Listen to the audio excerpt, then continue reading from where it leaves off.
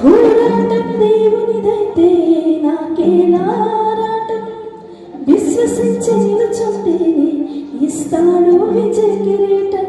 పోరాటం దేవునిదైతే నాకేలారాటం, విశ్వసించి నిలుచుంటేనే ఇస్తాడు విజయ కిరీటం.